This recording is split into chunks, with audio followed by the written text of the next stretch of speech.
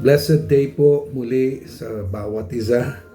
Amen. Binabati ko po ang lahat ng isang pinagpalang araw ng ating Diyos sa inyo pong mga buhay. Purihin po ang Panginoon sa kanyang kadakilaan, sa kanyang kabutihan, sa ating pong mga buhay. Patuloy po natin siyang sambahin, pasalamatan, at ibigay ang mataas na kalwalatian, papuri sa ating Diyos. Amen. Tayo po'y dadako sa mensahe po ng Panginoon para sa ating lahat sa araw na ito. At bago po yan, tayo po'y manalangin. Dakilang Ama, salamat po sa araw na ito. I-bless niyo po ang pagkakataong ito na ang bawat isa ay makikinig ng iyong mga salita. Lord, isentro mo ang aming mga puso, ang aming mga isip sa pakikinig. Alisin mo, Panginoon, ang anumang distraction or paggambala ng kaaway para kami po ay hindi makapag-focus sa aming pong pakikinig sa iyong mga salita.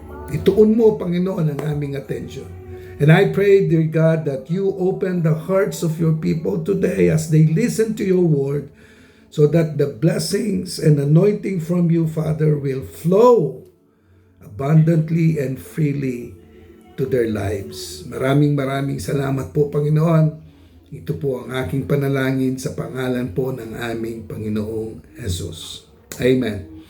I'm requesting everyone na buksan po natin ang ating mga Bibles. Mga kapatid, buksan po natin ang ating mga Bibles dito po sa Aklat ng Mga Gawa, Acts chapter 1, no po, starting from verse 4. Acts chapter 1, starting from verse 4. Ayan. Kung mangyari po, sumunod po kayo sa pagbasa sa inyong mga Bible apps, or please listen carefully as I read our scripture for today. Ang sabi po dito sa verse 4, "And while staying with them, he ordered them not to depart from Jerusalem, but to wait for the promise of the Father, which he said, 'You heard from me, for John baptized with water, but you will be baptized with the Holy Spirit not many days from now.'" Praise God. And then, continue po natin. Verse 6, "So when they had come together, they asked him, 'Lord, will you at this time restore the kingdom to Israel?' He said to them, 'It is not for you to know times or seasons that the Father has fixed by his own authority, but you will receive power when the Holy Spirit has come upon you, and you will be my witnesses in Jerusalem and in all Judea and Samaria and to the ends of the earth.' And when he had said these things, as they were looking on, he was lifted up, and a cloud took him out of their sight." Pagpalain po ng Panginoon ang pagkabasa po natin sa kanyang mga salita. Ang pamagat po ng mensahe ng Panginoon para sa ating lahat sa araw na ito ay the attitude in waiting. Yan. Gusto ko pong magbigay ng konting paliwanag bakit yun po ang napili kong pamagat, no, sa mensahe po ng Panginoon o sa ating sermon for today. Kasi makikita po ninyo, mga kapatid, yung isang tanong ng mga alagad sa mga binasa nating talata. Ang sabi nila sa ating Panginoong Yesus, "Lord, are you at this time restore the kingdom to Israel?" Alam niyo po, yung pagtatanong na iyon ng mga alagad ay nagbibigay po ng maliwanag na kapahayagan that the disciples are eager na mamuno sa Israel. Eager na maipakita sa maraming tao, probably those people who didn't believe on them, those people who didn't accept them, yung mga taong nag-reject sa kanila, no? Now that they saw Jesus in His glorified appearance, parang lumakas ang kanilang loob, and now they are, eager, nagmamadali po sila na maipakita sa maraming tao, ma-prove sa maraming tao na sila ang may authority, sila ang totoo, sila ang tama, at kung ano yung kanilang pinangaral, binahagi, yun ang karapat-dapat na tanggapin ng mga tao. In other words, yung pong mga alagad nagmamadali, no, na ma-vindicate sila, mapatunayan na sila ang totoo, na sila ang tama. Alam niyo po, nangyayari po ang ganyan, mga kapatid. Nangyayari po yung ganyan. Maging sa panahon natin ngayon. Ako po, aaminin ko sa inyo, sometimes when you want to evangelize people, no, pag gusto mong sharean ng salita ng Diyos ang isang tao, at itong taong ito ay yung parang umiiwas, no? At hindi nakikinig, hindi ka tinatanggap, no? Hindi welcome sa kanya yung iyong pagbabahagi ng salita ng Diyos.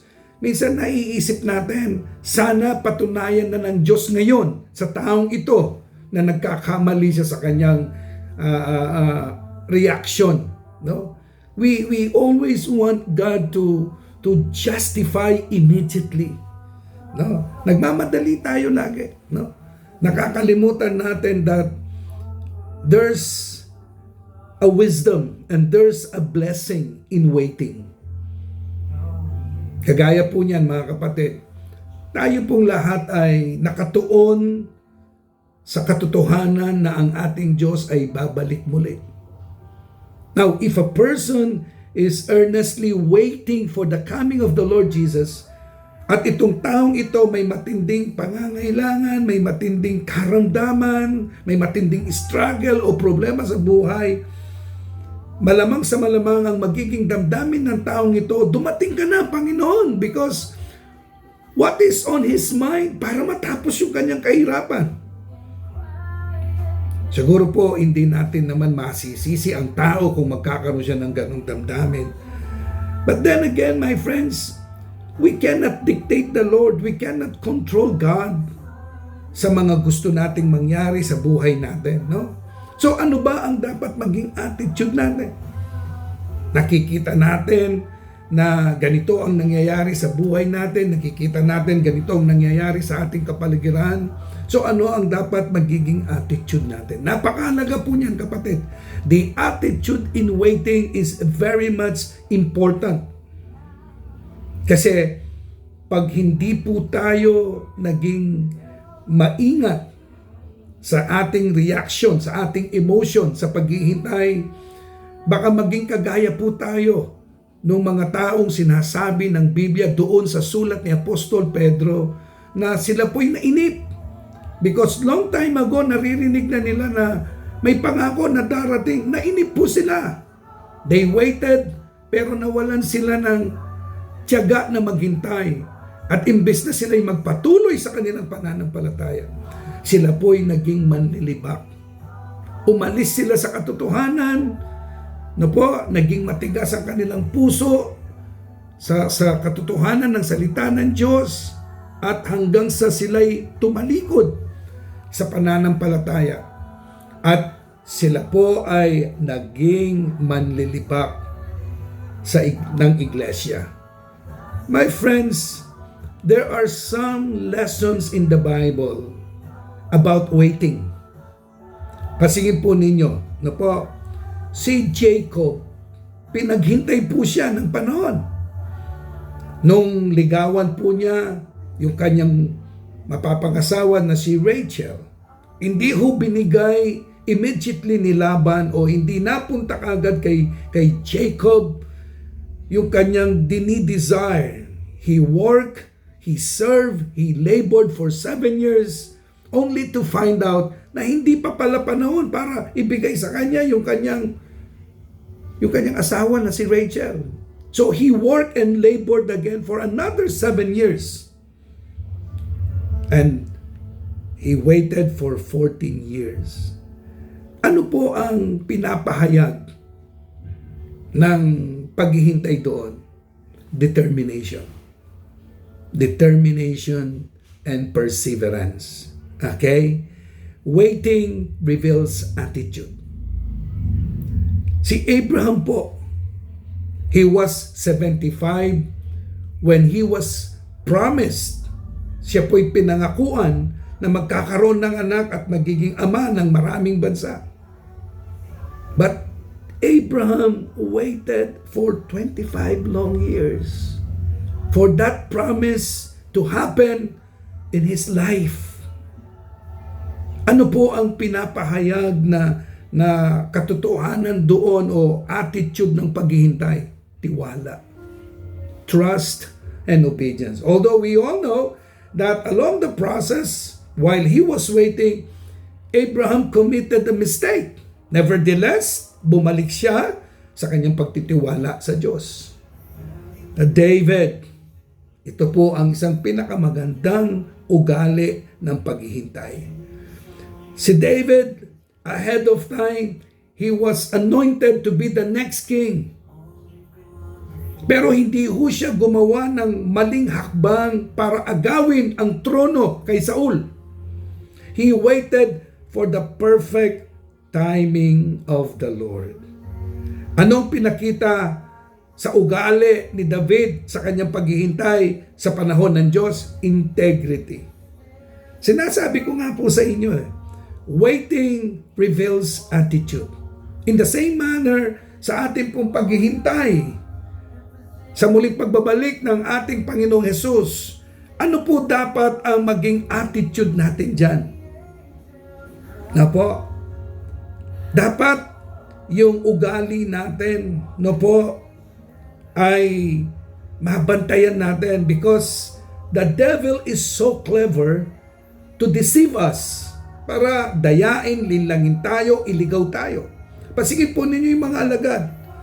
Na po, alam po natin at naiintindihan natin, the disciples were rejected, they were outcasts, they were persecuted, and now that they saw Jesus in His glorified appearance, marahil ang nasa isipan po ng mga alagad, eto na yung panahon namin, makakaganti na kami.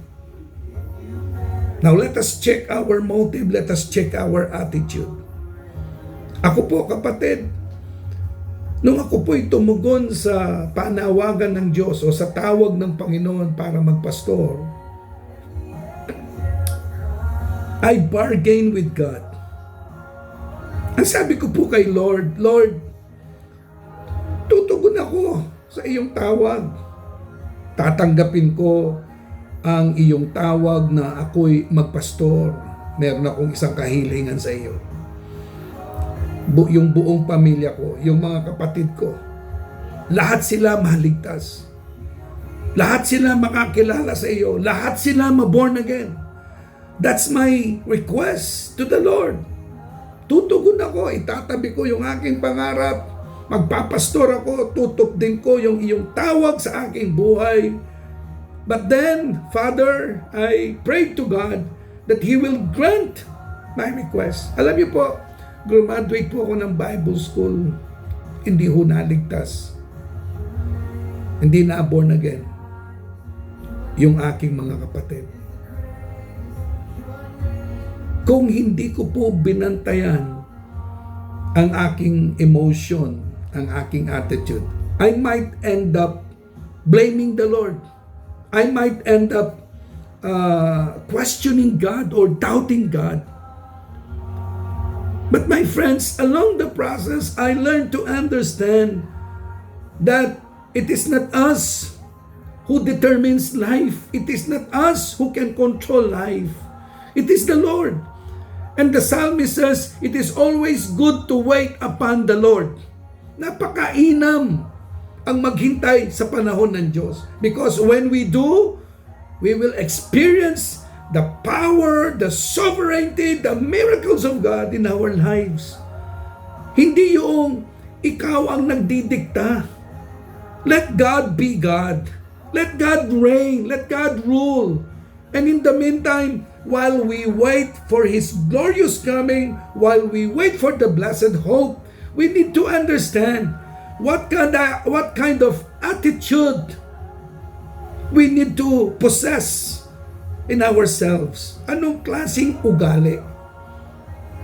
Alam niyo po, may mga taong sa paghihintay nila sa muling pagbabalik ng Panginoon, nawawala sila sa focus doon sa kung ano ang mandate ng Panginoon para sa kanyang iglesia. Nakakalimutan nila yung dahilan kung bakit sila ay hinirang ng Diyos at tinayo ng Panginoon bilang Kanya. Tandaan po ninyo, ang tawag ng Panginoon sa atin ay hindi lamang para i-enjoy ang kaligtasan at i-enjoy ang kalangitan. That's a good thing. But our calling is not just about enjoying God's salvation in our life. Our calling is about service also. Kaya dyan ko po kayo gustong dalhin. No? Habang iniintay natin ang muling pagbabalik ng Panginoon, gawin natin makabuluhan yung panahon na ginugugol natin ngayon para sa dahilan kung bakit tayo ay hinirang ng Diyos, kung bakit tayo ay itinayo ng Diyos bilang Kanyang iglesia. I repeat what I said a while ago, because many Christians today, or maybe churches, they tend to be defocused on the reason why God have raised them as a church. Nakokontento na lang sila doon sa sila na lang. Nakokontento na lang sila doon sa nagme-maintain sila. Parang wala na silang eagerness or determination to do more for the Lord. Lalo na kapag alam nila sa kanilang mga sarili na meron na silang nagawa. Pero sabi nga po ni Apostol Pablo, huwag kang magsasawa sa paggawa para sa gawain ng Diyos, sapagkat dyan tayo hinirang, at yung pagpapagod mo, kapatid, para sa gawain ng Diyos ay hindi po makakalimutan ng Panginoon yan. Yan po ay nakalista sa kanyang talaan. At ang sabi ni Pablo, because your labor in the Lord is not in vain. So my friends, Jesus corrected the mindset, the emotion, the feelings of the disciples. Ang sabi nila, Panginoon, mag-aahari na ba tayo ngayon? Ang sabi ng Panginoon, huwag muna yan ang inyong isipin. Ang isipin niyo muna yung layunin ng aking Ama. Pumunta kayo sa Jerusalem, ang sabi niya. Pumunta kayo doon. Hintayin ninyo yung kaloob ng aking Ama, sapagkat yan ang kailangan ninyong maranasan ngayon. Kung minsan ang tao napakaraming gustong gawin, to the point na namimiss, nane-neglect nila, nai-skip nila kung ano talaga yung dapat na unahin at gawin nila sa kanilang buhay para sa Panginoon. My friends, Jesus instructed them. Jesus did not discourage them on their waiting for the promise that God will reign. Hindi po sila diniscourage ng Panginoon doon. Hindi po sinabi ng Diyos na mali yung paghihintay ninyo.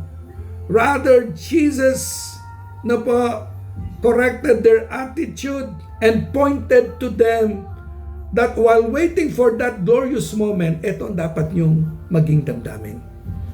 Ito ang dapat maging nyong gawin. Jesus explained to them, there's a purpose. There's a purpose. Ang sabi ni Jesus, it's not for you to know the time. That instead of focusing on the time, they should be focused on the purpose. And what is the purpose? to be witnesses. Pumunta kayo sa Jerusalem, doon sa mataas na silid. Hitayin ninyo yung regalo o kaloob ng aking Ama. And once na tinanggap ninyo yung kaloob ng aking Ama, ito po ang dahilan, ito po ang layunin kung bakit sila hinirang bilang mga alagad. Upang kayo'y maging witnesses ko. Amen? Magpapatotoo kayo. Magpapahayag kayo ng kaligtasan ng Diyos sa maraming tao. Habang hinihintay natin yung muling pagbabalik ng Diyos, ito yung dapat nating gawin. Umabot tayo ng mga kaluluwa para sa kaharian ng Diyos. Alam niyo po, kung babasahin po ninyo yung aklat ni Jude o yung sulat ni Jude, ang sabi po doon sa verse 20, 21, and 22, una, ang sabi ni Jude, alagaan mo yung pananampalataya. And then Jude explained to his readers kung anong dapat nilang gawin habang hinihintay ang muling pagbabalik ng Panginoon. Snatch those who are in fire. Agawin yung nasa apoy. My friends, that is the purpose why the church exists. To reach out for souls. Kaya ako po lagi kong sinasabi, huwag kayong maging kampante na nakikita ninyo yung familiar faces. Maganda po yan. But there should be also new faces. Kapag meron pong bagong mukha na sumasamba sa simbahan ng Diyos, sa bahay ng Diyos, meaning to say, yung mga Kristiyano, ginagawa nila ang kanilang assignment. And what is that? Ang sabi ng Panginoon, go and preach the gospel. Make disciples of all nations. Teach them to obey what I have commanded you. Mga kapatid, tandaan po natin, no? This is one attitude that we should develop in waiting for the coming again of our Savior. Be purpose-driven. Alam niyo po, sa salitang kanto, ang tawag dyan, huwag tayong matulog sa kangkungan. Gamitin natin yung pagkakataon, gamitin natin yung panahon na habang hindi pa dumarating ang Panginoon, marami tayong aagawin na kaluluwa sa apoy. At alam niyo po mga kapatid, ang isang dapat nating isipin dyan, ito pong mga kaluluwang ito na nagsasuffer sa parusa ng kasalanan at nasa peligro sila ng apoy ng impyerno. Some of them are very close to us. Some of them are our loved ones. Some of them are our dear friends, relatives, family members. Kapatid, sabihin ko po sa inyo, napakasarap umakyat sa langit na buo tayo. Ano po ibig sabihin buo? Buo ang pamilya mo. Andyan ang asawa mo, andyan ang mga kapatid mo, nandyan yung mga anak mo, nandyan yung mga manugang mo, nandyan yung mga apo mo. In other words, my friends, let's reach out first to our families. Kaya yung OHB po, kapatid, huwag kayong maging kampante na kung sino lang yung uma-attend sa church, yun lang yung a-attend sa OHB. No. Kung meron tayong mga miyembro na yung kanilang pamilya ay wala pa sa church, reach out to them. Do everything we can do to bring the gospel, to share God's salvation to them. Let's be purpose-driven, my friends. Habang hinihintay po natin. Tandaan po ninyo, that is the mandate. That is the expectation set by Jesus to all believers, not only to His disciples. Ang sabi niya, you will be my witnesses. Tayo ang kanyang magiging speaker patungkol sa kanyang pag-ibig, patungkol sa kanyang kaligtasan sa ibang tao. Amen? Pangalawa po, ang sabi ng ating Panginoong Hesus, wait for the gift of my Father, the Holy Spirit. In other words, Jesus was referring to the Holy Spirit. Ang sabi ng Panginoon, you will receive power. Kapatid, ito po ang isang tinatrabaho o sinisikap sa panalangin unang-una ng Assemblies of God, na maibalik yung Pentecostal heritage ng bawat Assembly of God Church. Kasi marami pong iglesia ngayon, Assemblies of God, hindi na aware, hindi na nila alam, hindi na nila nararamdaman at hindi nila naiintindihan yung kahalagaan ng banal na Espiritu Santo. I'm not sure anymore of how many believers today inside the Assemblies of God who pray that they will be baptized with the Holy Spirit. Hindi ko po alam. Nung dekada 80, ang isang Kristiyano o ang isang tao, once na siya na born again, the next thing na hihilingin niya sa kanyang panalangin, yung siya'y mapuspos ng banal na Espiritu Santo. At maranasan niya ang kapuspusang ito. Kapatid, alam niyo po kung anong dahilan kung bakit binilin ng ating Diyos na itong mga alagad na ito na kailangan sila'y pumunta sa Jerusalem at hintayin yung kapuspusan ng banal na Espiritu Santo. Mga kapatid, Jesus knew that they will face opposition. They will face temptation. They will face struggle. At walang ibang makakapagpalakas sa kanila para pagtagumpayan ang lahat ng ito kung hindi ang banal na Espiritu lamang. You cannot live a victorious Christian life without the power of the Holy Spirit in your life. That's why the second point of what must be our attitude while waiting for the glorious appearing of our Savior, we should be power-driven. Power here is the baptism of the Holy Spirit. Sabi ni Jesus, you will receive power.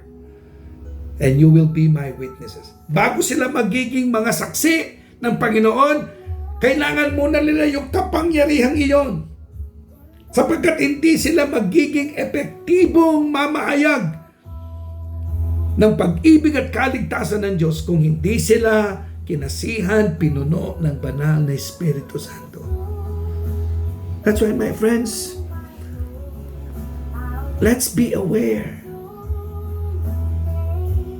Ang malinaw na sinasabi po dito ng salita ng Diyos, mga kapatid ko, pakinggan po ninyo ako ng maigi. Hindi ka makakapamuhay bilang isang Kristiyano ng tinatawag nilang victorious Christian life if the Holy Spirit is not in you. Meaning to say, the infilling. There is what they call indwelling, but what we are talking about today is the infilling, yung pupunuin ka ng banal na Espiritu Santo, palalakasin ka. Amen? Hindi lang po tayo magiging epektibong mamamahayag ng Panginoon sa kanyang mabuting balita. Maging sa ating personal life. One way to overcome ourselves, one way to defeat our weaknesses is when the Holy Spirit fills you. Kapag ka ang banal na Espiritu Santo ay pinuno ka, doon mapapagtagumpayan po natin yung ating mga kahinaan. Amen? Christian life is never been designed to be on our own. Hindi po natin pwedeng sabihin, kaya natin. Kaya ko to. No. Si Jesus mismo sinabi, apart from me, you can do nothing. And so I will not leave you alone. I will send you the Comforter. Kapatid, sa ating pong mga devotion, tanggapin po natin ang katotohanan ito. Magpakumbaba po tayo sa Diyos. Sabihin natin sa Panginoon, Panginoon, I need your Holy Spirit. At ilingin natin sa Diyos na tanggalin niya yung lahat ng hadlang o sagabal para hindi natin maranasan ito. Ibaba mo ang iyong sarili sa Diyos. Magpakumbaba ka sa Panginoon. Humingi ka ng tawad. Ito po'y kaloob, kapatid. Regalo ito, pangako ito. Walang dahilan sa bahagi ng Diyos para hindi niya ibigay ito. Pinangako niya na ito. Ang maaaring magiging sagabal dyan yung sarili natin. Baka natatakot ka, baka hindi ka handa, baka hindi mo alam, baka hindi ka aware, baka hindi mo tinatanggap. Alisin po natin yung lahat ng sagabal na yan. Tanggapin natin at aminin natin sa ating mga sarili that for us to live victoriously as a believer in the Lord, we need the Holy Spirit in our life. Tingnan po ninyong utos ng Panginoon. You go there, you wait. At alam niyo po kung ilang araw naghintay? 10 days, if I'm not mistaken. The disciples waited for 10 days for them to be baptized and empowered by the Spirit. At tayo, lagi tayong nagmamadali. Sa service, nagmamadali. Pag humaba ng konti yung mensahe, nagre-reklamo na tayo. But look at this. The disciples waited for 10 days. My friends, anong dapat nating maging attitude habang hinihintay ang muling pagbabalik ng ating Panginoon? Let's be power-driven. Power-driven means we are being empowered and the ministry rendered to us is being enforced by the Holy Spirit. Yan ang kailangan natin. Because the devil will do his assignment. Alam niya, kulang ng panahon niya. Alam niya, malapit nang dumating ang Diyos. At ang gagawin po ng demonyo dyan, talagang magsisikap siya na marami siyang madadamay. Kaya kung hindi ka puspos sa kapangyarihan ng banal na Espiritu Santo, isa ka sa mabibiktima ng kaaway. Kaya kapatid, sa ating pong devotion, let's start praying. Let's start praying. Let's start asking the Lord.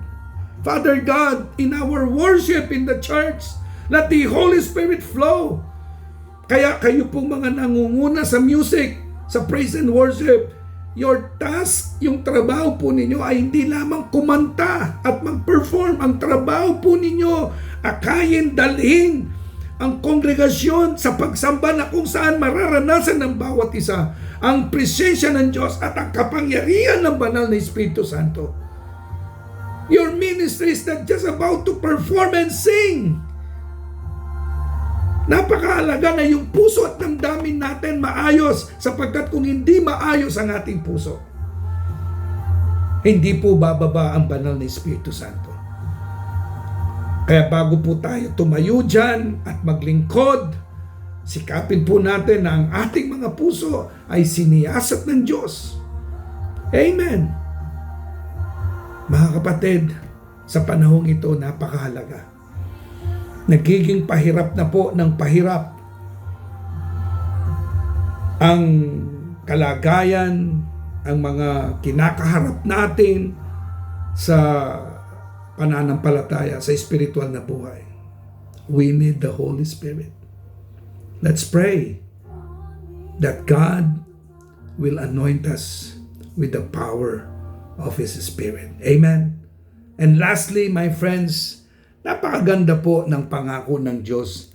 After saying this, na po, pagkatapos pong sabihin ito ng Panginoon, balikan po natin yung naunang binilin ng Diyos.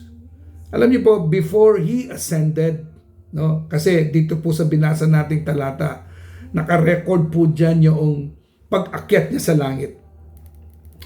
At ito po yung magkasunod na eksena niyan.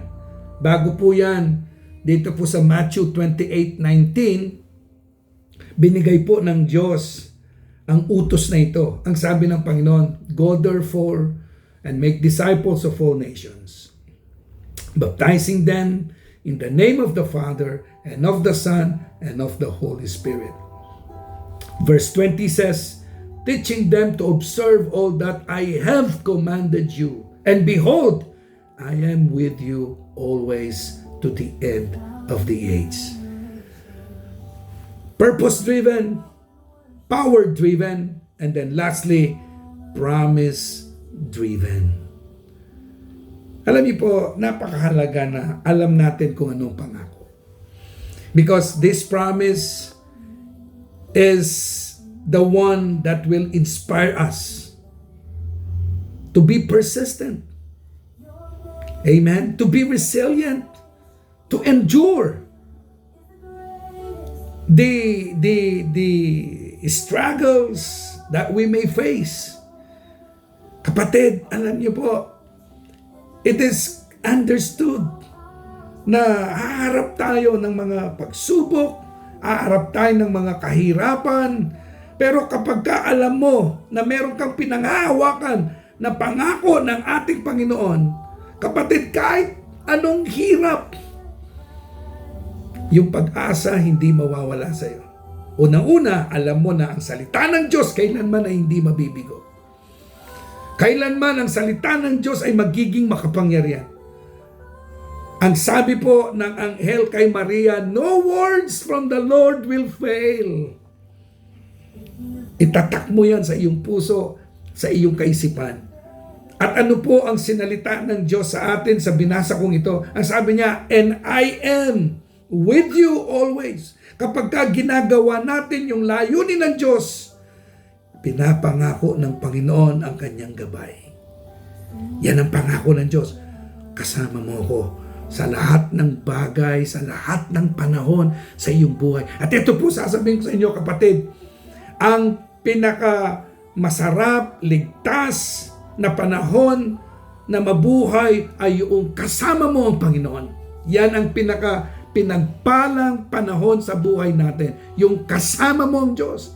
At pinangako ng Diyos, kapag ginawa natin yung kanyang dahilan o yung kanyang purpose, yung kanyang kalooban sa ating mga buhay, ang sabi niya, I will be with you. Hindi ko kayo iiwan. Ang sabi niya, to the end of the age. Hallelujah. Kapatid, let's hold on to this promise. Ito po ang magbibigay ng inspirasyon, ng kasigasigan para gawin at magpatuloy sa pananampalataya at gawin yung ministeryong pinagkatiwala sa atin ng ating Diyos. My friends, how much we can wait is the fulfillment of a promise. I, the Lord, when it is time, I'm going to make it happen. Yan ang pinangako ng Diyos. Maghintay tayo sa kanyang panahon at habang iniintay natin ang panahon ng Diyos, mga kapatid, hawakan natin yung pangako ng Panginoon. At yung pangakong yun, mapapasa atin if we will live on the purpose why He raised us. Kung tayo ay mamumuhay doon sa kanyang layunin kung bakit tayo'y kanyang hinirang. Pangako ng Diyos, kasama ninyo ako hanggang sa dulo ng mundo. Amen? That should be our motivation. The abiding presence of the Lord is most importantly than anything else in this world. Kaya kapatid, huwag kang mapagod. Huwag kang mapagod. Kung ang pastor mo lagi kanyang inaatasan sa ministry, huwag kang mapagod. Sapagkat nandyan ang pagpapala ng Diyos. Nandyan ang pangako ng Panginoon. Nandyan ang presensya ng Diyos. You want God in your life? You want the presence of God in your life? Gawin mo yung kalooban ng Diyos sa iyong buhay. Amen? Let's not allow the devil, let us not allow the devil to deceive us. Kapatid, marami pa po tayong dapat gawin. Amen? Pagtulungan po nating itayo ang kaharian ng Diyos sa mundong ito. That is our task. That is our purpose. My friends, be purpose-driven, be power-driven, Be promise-driven. Mahal po kayo ng Diyos. Mahal po kayo ng Panginoon. Amen? Sikapin po natin, trabahuhin, yung gawain ng Diyos. Turuan natin ang bawat isa na magtapat. Let's be faithful. The Lord will bless us when we give our faithfulness to His ministry. Maraming salamat po sa inyong pakikinig. Let me pray for you. Lord, dinadalangin ko po sa iyo ang iyong mga anak. Panginoon, ngayon din kung saan man sila naroon, hinihiling ko po, O Diyos, hipuin mo sila ng iyong kamay. Bendisyonin mo sila ng iyong banal na Espiritu Santo. Kung sila man ay nakaupo o nakatayo ngayon, diyan sa kanilang kinalalagyan, Panginoon, mag-minister po kayo sa kanila. Let your presence be felt strongly in their hearts, Lord. And let the power of the Spirit be upon them right now. In Jesus' name, Lord. I am praying, Lord. Maranasan nila ang banal na Espiritu Santo. Tanggalin mo po ang anumang balakid, ang anumang hadlang sa banal na Espiritu Santo sa kanilang buhay. Patawarin mo po kami sa aming mga kasalanan. Banalin mo po kami sa magitan ng banal na dugo ng aming Panginoong Yesus. And Lord, bless this church. I-bless mo po ang gawain ng iglesyang ito, ang Christ Cares, yung aming OMG, yung aming OHB, yung aming Bible study, yung aming mga programa, yung aming cell group, yung aming discipleship, and even the financial status of the church, Lord. Pagpalain mo po ang financial na kalagayan ng aming iglesia, ng iyong iglesia dito po sa Apalit. I-bless mo po ang kabuhayan ng mga miyembro. At kapag ka natanggap ng mga miyembro ang iyong pagpapala, maalala nila ang pagtatapat sa inyo, Panginoon, upang patuloy na bumuhos ang pagpapala sa kanilang mga buhay. Maraming salamat po, Panginoon. Pagalingin mo po yung mga may sakit. Katagpuin mo po yung mga may pangangailangan at maging malapit po kayo sa mga nanghihina. Sa pangalan ng aming Panginoong Yesus, tanggapin po ninyo ang bendisyon, pag-iingat ng Panginoon sa araw na ito. Sa pangalan po ng ating Panginoong Yesus, ito po ang ating panalangin. Amen and amen. Praise God. God bless you po mga kapatid. Lagi po ninyong tatandaan, mahal po kayo ng Panginoon. God bless everyone.